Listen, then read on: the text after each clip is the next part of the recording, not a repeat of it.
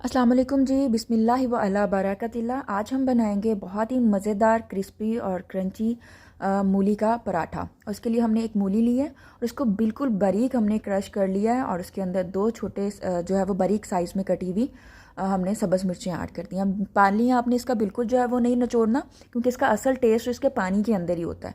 पानी को हम ड्राई करेंगे इसको कुक करते हुए, बगैर ऑयल के हमने इसको कुक करना है।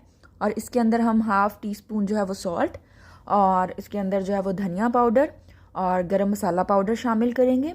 और इसके अंदर जो है वो आप अकॉर्डिंग टू योर टेस्ट जितने स्पाइसेस आपको चाहिए उतनी हम जो है वो मोटी कुटी हुई लाल मिर्च शामिल करेंगे। और इसको 3 से 4 मिनट तक हम कुक करेंगे। पानी इसका जब अच्छी तरह से ड्राई हो जाए तो हम इसको उतार लेंगे। इसके अंदर थोड़ा सा सब्ज़ धनिया शामिल कर लेंगे, जिसका कलर और खुशबू और टेस्ट बहुत मज़े का आता है।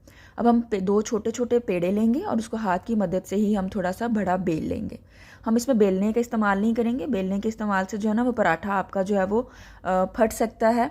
तो अब हमने इसके अंदर फिलिंग लगाई और इसको दूसरा पेड़ा ऊपर रख के इसको अच्छी तरह से प्रेस कर लेंगे और हाथ की मदद से ही इसको हम बड़ा कर लेंगे।